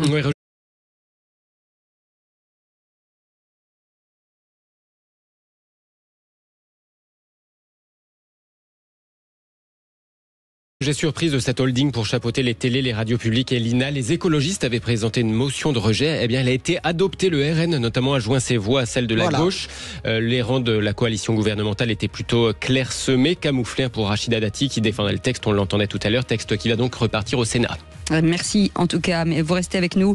On revient dans un instant avec le coup de projecteur des vraies voix. Gabriel Attal propose donc une réforme de retraite basée sur la durée de cotisation sans référence à l'âge légal. Alors est-ce que vous pensez que c'est une bonne mesure qu'il ne faut plus compter un âge de départ XYZ mais des années de cotisation? Venez nous donner votre avis au 0826 300 300. On en parle avec notre invité dans un instant. Mais tout de suite, le tour de table de l'actualité. Absolument. Vraie Voix Sud Radio, 17h-19h, Philippe David, Cécile de Ménibus. Les vraies voix comme tous les jours de 17h à 19h, on est ravis de vous accueillir. Bien entendu, autour de cette table, Philippe Bilger, Françoise Degois et Jean Dorido, docteur en psychologie, spécialiste de l'aide au sevrage tabagique. S'il pouvait sevrer 2-3 personnes à l'antenne, ça nous arrangerait aussi. Hein. Ouais. Les sevrer de quoi? Sur différents sujets. Mais je vous ferai une liste. En faisant comme ça. Non, pas les censurer. Je ne censure personne, Philippe Bilger. Vous le savez quand même. Je laisse la place à tout le monde et ça, c'est ça qui est important. En attendant, le tour de table de l'actu de nos vraies voix. On est convoqué à la table ronde. Oula, le pognon à la limite, on cracherait pas dessus, mais là c'est pas le problème. Bon, alors quoi? C'est vous voulez des terres? Des terres? On est déjà pas assez pour s'occuper de celles qu'on a. C'est scandaleux. Alors quoi? C'est compliqué à expliquer en même pas une minute. Dans le détail, on sait pas, mais... Ce qui est sûr, c'est qu'on en a plein le cul. Le tour de table. De l'actualité. Merci Maxime. Philippe Bilger. Vous voulez nous parler de Dolly Parton? Dolly Parton, qui est une légende américaine que j'adore. Récemment, elle s'est illustrée d'une manière qui peut être un exemple pour tous, et même pour les politiques français, et les journalistes, bien sûr. On avait voté une proposition de loi pour lui ériger une statue dans le Tennessee, un piédestal, et elle a dit simplement, en étant très reconnaissante de cet hommage qui voulait lui être rendu, qu'elle considérait qu'à l'heure actuelle, il y avait peut-être des choses plus importantes que de lui rendre cet hommage et avec cette statue. Ça n'est pas la première fois qu'elle a une attitude aussi digne. Elle a refusé 2 fois la médaille de la liberté que voulait lui remettre Donald Trump. Pas du tout parce qu'elle aurait été un adversaire compulsif, mais tout simplement parce que là aussi, elle voulait rester dans un apolitisme qui la rend très proche des simples et des modestes. Vraiment, j'adore cette femme et elle a été formidable si elle pouvait être un exemple. Elle est surnommée Queen of Country Music. Voilà. Plus de 100 millions d'albums vendus dans le monde, c'est important de le dire. Modestie sincère et formidable. Moi j'adore Dolly Parton, bien sûr. Enfin, elle est iconique, j'écouterai pas. Fait penser, vous savez à qui elle me fait penser en fait? Elle me fait penser à Joséphine Baker.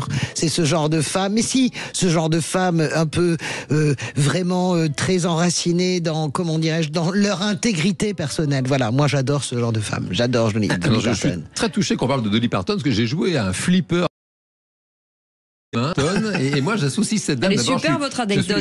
Je suis touché. Non, parce que pour vous dire que quand j'étais petit, elle était quand même déjà très âgée. Donc je suis très touché qu'elle soit encore en vie, parce que je ne sais pas quel âge peut avoir cette dame. Et ben, je m'étonne, je pensais qu'elle avait bien plus. 178. 178, voilà. Pour moi, c'est un fait. J'associe cette dame à ces chanteuses, vous savez, c'est un fait à forte poitrine. À l'époque, elle était vraiment connue pour ça, des décolletés incroyables. Bien sûr. Et après, moi, j'ai connu Samantha Fox étant petit. On a eu Sabrina aussi. Pour moi, c'est des chanteuses comme ça.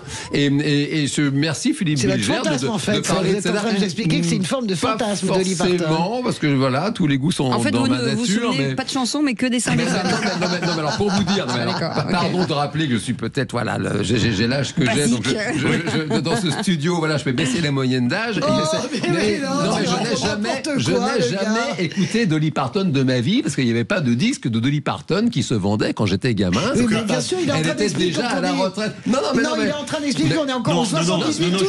Mais il est grave, ce gars. C'est pas qu'elle était à la retraite, c'est que les radios françaises ne passent jamais de country music. Alors c'est ça sûrement, a été l'une des raisons de mon admiration, sa poitrine. Vous avez vous avez entendu, Philippe David, les radios françaises ne parlent jamais de country music. J'ai l'impression que votre anecdote sur le flipper a donné les boules à certains. Mais d'ailleurs, c'est incroyable d'ailleurs que Beyoncé remplit le Stade de France avec cet album de country qui est un vrai album avec une vraie vision. Hein, c'est vrai. Françoise de Gois, puisque vous avez la parole, polémique autour de Rima Hassan et de l'agence Orpi. Eh ben pour une fois, je vais défendre Rima Hassan parce que je pense que ce qui s'est passé avec les salariés de l'agence Orpi, c'est pas possible. Ok, Rima Hassan est une provocatrice, mais vous pouvez pas être aussi insultant quand elle vous filme, lui dire je vais brûler ta Palestine, etc. En gros, on ne peut pas combattre les excès, la radicalité de la France insoumise en étant soi-même débilement radical. Donc, qu'est-ce qui se passe de Caribansi-là, ça devient une vraie affaire. Et du coup, vous avez les employés sont licenciés. C'est complètement débile en fait de perdre son boulot pour essayer en plus de ça de faire le malin en disant regardez, moi j'ai démonté Rima Hassan. Enfin, ça n'a aucun intérêt parce que c'est lui donner une importance qu'elle n'a pas et qu'elle ne devrait pas avoir. On peut démonter Rima Hassan sans l'humilier. Mais bien sûr, on y va avec des arguments politiques. Moi, je ne suis pas d'accord. Alors, il semblerait qu'elle se soit passée, qu'elle soit partie, revenue pour filmer. C'est ça. Mais qu'elle l'ait fait, mais elle fait ce qu'elle veut en réalité. On connaît absolument tous les pièges et c'est pas la peine de tomber les deux pieds joints dedans. Résultat des courses, vous avez maintenant une agence qui a pris feu, qui a été dans le 12e incendiée. arrondissement de Marseille. Voilà, qui a été incendiée. Écoutez, jusqu'où on va? Donc évidemment qu'on ne pourra pas faire baisser la fièvre France Insoumise et particulièrement Rima Hassan de cette manière-là. Et par ailleurs, j'espère que nous aurons bientôt une solution politique sur Gaza qui se profile a priori, si on en croit les presses, soit les fuites de presse soigneusement entretenues dans la presse israélienne, pour enlever véritablement ce poison de Gaza dans la vie politique française. Oui. Jean, vous vouliez réagir? Non, je veux dire, elle est épouvantable, elle suscite une haine qui est invraisemblable. Elle a dû quitter un avion dans des conditions rocambolesques encore hier, je crois. Jean Dorido, justement, vous vouliez revenir aussi sur Rima Hassan. Alors oui, indirectement, disons, parce que c'est un papier qui est sorti dans le Figaro, en Rima, fait, qui reprend cette invitation, c'est presque une injonction de Jean-Luc Mélenchon qui dit, je cite, jeune fille, vous devez devenir toutes des Rima Hassan, et en fait, ça fait du coup, c'est l'occasion d'un papier dans ce journal qui observe que les jeunes filles françaises de 18 à 24 ans sont de plus en plus pour l'ultra-gauche, en tout cas pour LFI. Elles sont 32% des 18-24 ans à se dire tout à fait prêtes à voter pour Jean-Luc Mélenchon en 2027 si d'aventure il était candidat. Et ce qui intéresse les chercheurs, c'est que c'est le double que ce qu'on trouve chez les garçons. Et manifestement, vous avez des chercheurs en sciences sociales qui se sont penchés sur le sujet. Ce phénomène, il serait assez présent dans pas mal de pays occidentaux. Donc c'est vrai en France, c'est vrai aussi aux USA. Vous avez des jeunes femmes qui se radicalisent à gauche et qui typiquement en France vont adhérer idéologiquement à un parti dont on peut se demander s'il défend vraiment l'intérêt des femmes quand on voit les prises de position récentes de LFI justement sur des sujets qui bien sûr convoquent l'identité féminine. C'est ce qui me touche dans cette affaire, si vous voulez, c'est que c'est pour moi un exemple de la puissance du marketing politique. C'est-à-dire qu'on a aujourd'hui il y a une tradition bien sûr à gauche de féminisme dans le meilleur sens du terme. Et ce qui est terrible, c'est qu'on voit aujourd'hui, c'est vrai en France, c'est vrai aussi aux USA, une gauche qui est à mon sens anti-féministe en réalité et qui réussit quand même à capter l'énergie des jeunes filles qui s'imaginent qu'elles défendent les femmes quand elles adhèrent à ce genre de thèse. De manière maligne, une sorte de démonstration de l'inégalité intellectuelle des sexes. Non, c'est pas simplement ça. Il y a n'importe quoi. Juste pour dire que Jean-Luc Mélenchon, déjà à la dernière présidentielle, a été l'idole des jeunes avec Marine Le Pen. Mais même chez il y a une différence genrée là. Oui, mais écoutez, moi les démonstrations du Figaro, on en reparlera parce que. Ah bah non, c'est un sondage qui n'a rien à voir avec le Figaro. C'est une étude. L'article, c'est intéressant. Merci les amis. On revient dans un instant avec Gabriel Attal qui veut réformer, veut veut une réforme des retraites fondée sur la durée de la cotisation avec une part de capitalisation et une désindexation de certaines pensions. Alors parlons vrai, est-ce que ce ne serait pas une mesure de bon sens, puisque pour toucher une retraite, ce qui compte c'est le nombre d'années où on a cotisé. Et à la question, faut-il remplacer l'âge du départ à la retraite par la durée de cotisation comme le demande Gabriel Attal? Vous dites oui à 62%, vous voulez réagir, elle est loin de la retraite et on tient à la garder. Aude prendra vos appels au 0826 300 300. Et Paul Midi sera avec nous dans quelques instants, député EPR de l'Essonne. Soyez les bienvenus, 0826 300 300 vous attend. Les vraies voix Sud Radio, 17h-19h, Philippe David, Cécile de Ménibus. Des vraies voix dissipées aujourd'hui, ils sont pas faciles à tenir, ils ont mis les... Waouh, c'est la chaleur. Ils sont venus avec leur turbo, là j'ai beaucoup de mal. Je leur mets des feux rouges, des feux oranges pour les prévenir, mais ça fonctionne pas. Philippe Bilger est avec nous, Françoise Degois et Jean Dorédo. Salut. Et vous, au 0826 300 300, soyez les bienvenus. Tout de suite, le coup de projecteur des vraies voix. Les vraies voix Sud Radio, le coup de projecteur des vraies voix. L'âge de retraite de départ, que vous dit le Premier ministre? La question, il nous dit que la question de l'âge, elle est sur la table. Maintenant, il faut nous écouter, parce que là, on en a gros. Oh là là, qu'est-ce qu'il y a là? Il y a un vent de révolte. Travailler jusqu'à 64 ans, pour moi, c'est pas possible. J'ai commencé à 16 ans, donc... Pas content. Je sens que je vais craquer. Et moi, je sens que je vais devenir fou. Gabriel Attal propose donc une réforme des retraites basée sur la seule durée de cotisation sans référence à l'âge légal. Le président du groupe EPR évoque aussi une part de capitalisation et de la désindexation de certaines pensions. Alors parlons vrai, est-ce qu'une telle mesure pourrait débloquer la situation qu'on peut qualifier de bloquée sur la réforme des retraites avec l'échec du conclave? Et à cette question, faut-il remplacer l'âge de départ à la retraite par la durée de cotisation comme le demande Gabriel Attal? Vous dites oui à 62%. Vous voulez réagir, le 0826 300 300. Et Paul Midi est avec nous, député EPR de l'Essonne. Merci d'être avec nous, monsieur le député. Merci. Petit tour de table avec Philippe Bilger et nos invités. Rapidement, je remercie Sud Radio d'avoir posé cette question qui me permet de parler de Gabriel Attal avec une totale... On se moque très gentiment de moi, là, c'est pas ma faute. Et on se demande s'il n'y a pas un lien familial avec Gabriel Attal. Mais avec Retailleau aussi. Je ne suis pas un spécialiste de tous les problèmes de retraite. Je constate tout de même que dans quelque chose qui apparaît relativement empreint d'un brouillard assez fréquent, la proposition qu'il fait ne me paraît pas totalement absurde.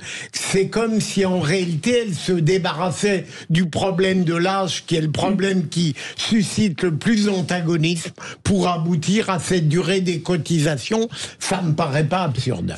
C'est un artefact, c'est un artifice, c'est le retour de la retraite à points, si vous voulez, par la fenêtre. En réalité, qu'est-ce qu'il vous dit, Gabriel Attal? Il vous dit ok, il y a plus d'âge légal, mais les cotisations, on va travailler plus longtemps. Vous comprenez? C'est bien d'avoir l'ensemble de la phrase, mon cher ami député. Moi, j'adore ce truc qui consiste à dire regardez, il arrive, il est très fort, votre ami Gabriel Attal. J'arrive, je sais, je lui dis moi-même, je me moque, j'arrive, regardez, c'est le bon sens in action, ok, on compte que les cotisations, on met de la capitalisation égale la réforme à point, je vous signale, on fait donc péter l'ensemble du système de répartition, mais ce qu'on dit un peu plus bas, mais au voce, c'est que combien de cotisations en fait? La réalité, il faut bien lire la phrase de Gabriel Attal dans l'interview des Échos, c'est on compte les cotisations à condition qu'on travaille tous plus longtemps. Donc 0 plus 0, la tête à Toto, la balle au centre, le problème n'est pas réglé. Allez, voilà. Jean Dorédo. Alors écoutez, les retraites, c'est un serpent de mer vraiment qui me fatigue depuis que je suis gamin. J'entends parler de ce problème des retraites, ça n'a jamais été... Vous êtes tellement plus jeune que nous, en plus, c'est vrai, imaginez-nous, et le pire, qui sommes depuis le congrès de Tours, on entend parler au début des 30 glorieuses dans l'immédiate après-guerre en plus, donc ça fait longtemps. Imagine-nous qui sommes des vexer personne.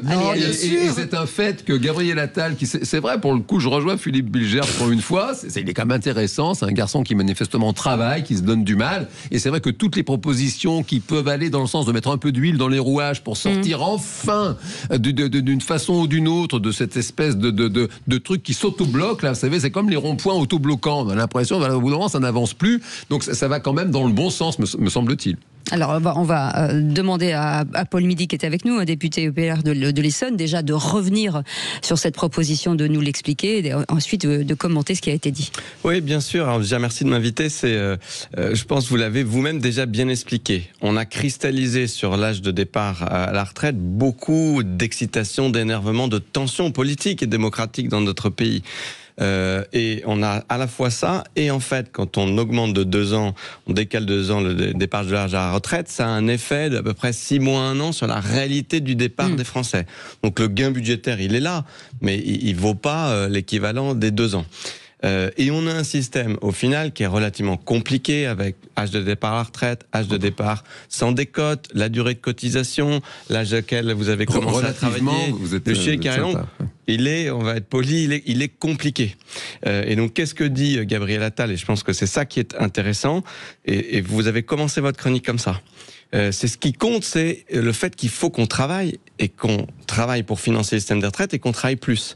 Et donc, ce qui compte, le sujet principal, c'est la durée de cotisation. Et donc, sa proposition, c'est d'essayer de sortir des blocages qu'on a sur l'âge. On peut dire que l'âge, c'est le sparadrap du Capitaine Haddock, non ? Sur la durée de cotisation. Oui, on peut le dire comme ça, effectivement. C'est vrai que c'est... vous voyez, c'est toujours des débats qui sont très compliqués, puis chacun se projette. Ça a été bien dit dans un des commentaires qui a été fait par un de vos auditeurs. 64 ans, on se projette par rapport à l'âge à laquelle on a commencé à travailler.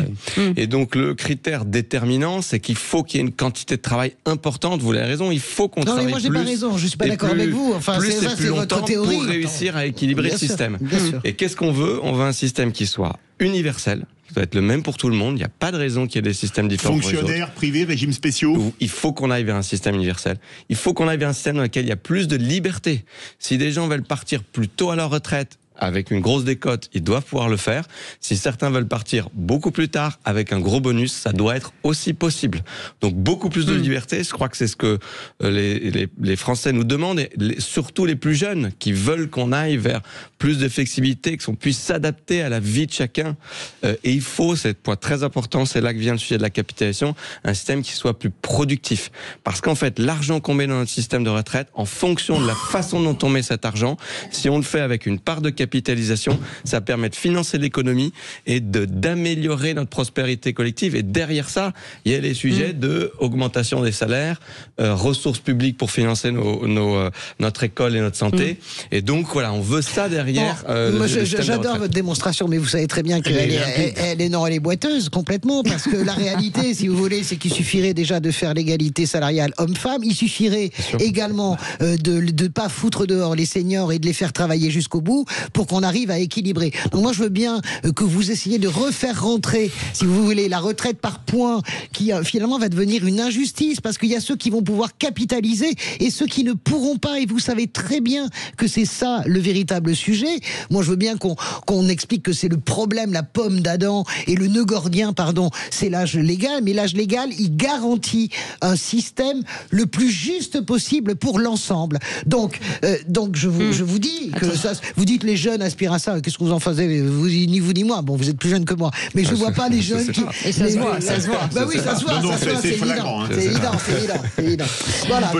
Je pense que vous nous faites un tour de passe-passe. Non, mais un point de réaction sur la première chose que vous avez dit, je pense qui est très important, et moi je vais être d'accord avec vous, c'est que notre système des retraites, malheureusement, il va sortir un reflet de ce qui se passe pendant les carrières. Et aujourd'hui, notre vie économique pendant les carrières, il y a beaucoup d'inégalités, et en particulier entre les hommes et les femmes. Et vous êtes d'accord sur les seniors ? Arrêtez de considérer qu'à 45 ans, quelqu'un est cuit. Bien sûr, sur les seniors, je suis d'accord sur vos 2 points.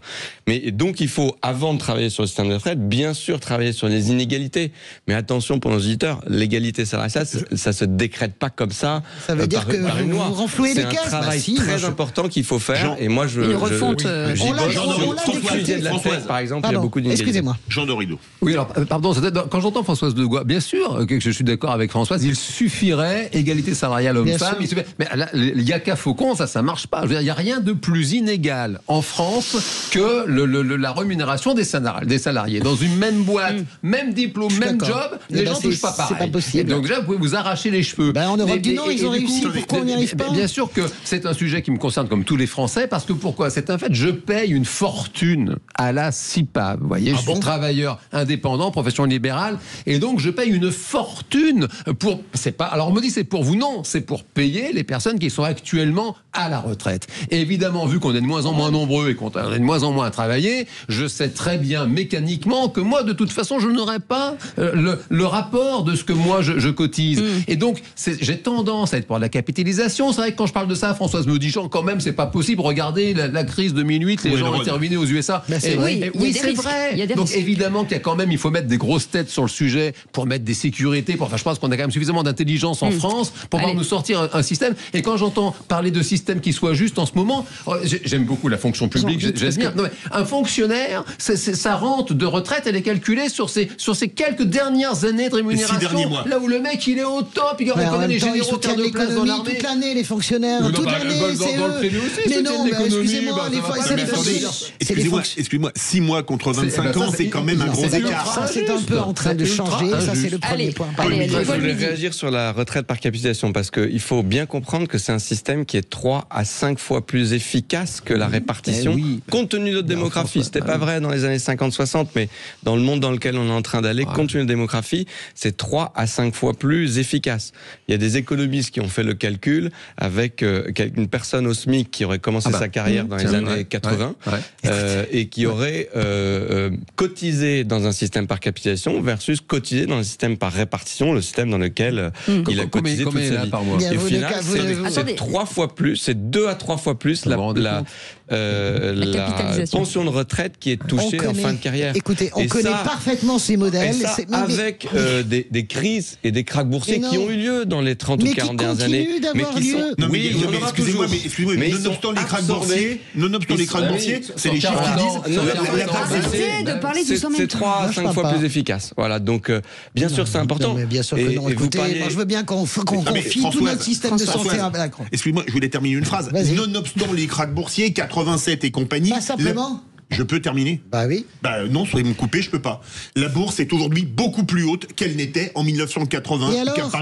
Ça veut dire que les gens y gagnent quel que soit X, nonobstant les cracks. Écoute, vous pouvez utiliser nonobstant tout ce que vous voulez. Ils gagnent beaucoup plus aux États-Unis, sauf que vous payez un poulet 40 €. Écoutez, vous ne pouvez pas m'expliquer que excusez-moi, aujourd'hui les Français sont beaucoup moins riches que les Américains, alors qu'on était à égalité il y a 40 ans. Vous ne pouvez pas m'expliquer que vous vous enrichissez de manière égale avec la capitalisation sur les retraites. Ça n'est pas vrai. Ne me sortez pas des rapports qui n'existent pas. Ça n'est pas vrai. Une analogie à avoir en tête, c'est comme si vous achetez votre logement, c'est beaucoup plus efficace que si vous êtes locataire à vie. C'est exactement la même différence entre répartition et capitalisation. La seule chose, c'est qu'il faut être capable d'acheter son logement, comme il faut avoir accès à une retraite par capitalisation. Mais aujourd'hui, c'est plus efficace. Elle existe déjà, la retraite par capitalisation. C'est passionnant d'écouter ça, mais je n'ai pas une lumière, sinon que je constate que Gabriel Attal avait... Est-ce qu'on peut considérer aujourd'hui que quelque part cette méthode des retraites est plutôt injuste ? En fait, bien sûr que notre système des retraites peut être amélioré. C'est pour ça qu'on a fait une réforme, nous, il y a 2 ans, et qu'il faudra continuer à le réformer. Mais ce qui est le plus injuste, et c'est là où il faut travailler à la racine, c'est ce qui se passe tout au long de la carrière. Parce que effectivement, quand un homme et une femme à travail équivalent n'ont pas le même salaire, ben non seulement ils ne sont pas payés pareil, la femme va être payée moins, mais pendant la retraite sera plus petite. Et donc notre système des retraites, il essaye de corriger ça, de prendre en compte ces sujets, mais il ne peut pas inverser ce qui s'est passé pendant toute la carrière. Donc il faut qu'on travaille pour que les Français et les Français, il y ait plus d'égalité dans notre système économique, qu'il y ait des salaires qui soient plus élevés, plus de progression, et ça c'est possible. Nous c'est ça qu'on croit. S'il y a quelque chose à retenir fondamentalement avec Gabriel Attal et les députés d'Ensemble pour la République, c'est que c'est possible de retrouver le chemin de la croissance, de l'augmentation des salaires. On a décroché par rapport aux États-Unis ces 20 dernières années. On a un salaire médian net en France de 2200 €. Si on avait suivi la trajectoire des Américains, on serait à plus de 3000 €. Je peux vous dire que ça nous réglerait beaucoup de problèmes. Écoutez, on va faire un discours sur les États-Unis d'Amérique. Regardez la pauvreté qui se développe dans les centres-villes. Bien sûr.